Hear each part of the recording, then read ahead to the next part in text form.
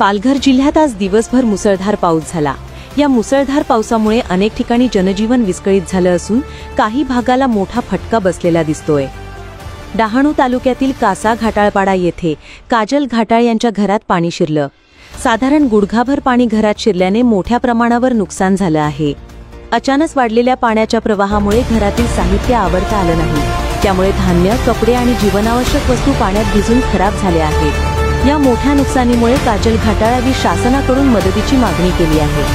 अशाच नवनवीन आणि महत्त्वाच्या बातम्या पाहण्यासाठी लगेचच ठळक बातमी या आमच्या चॅनलला सबस्क्राइब करा।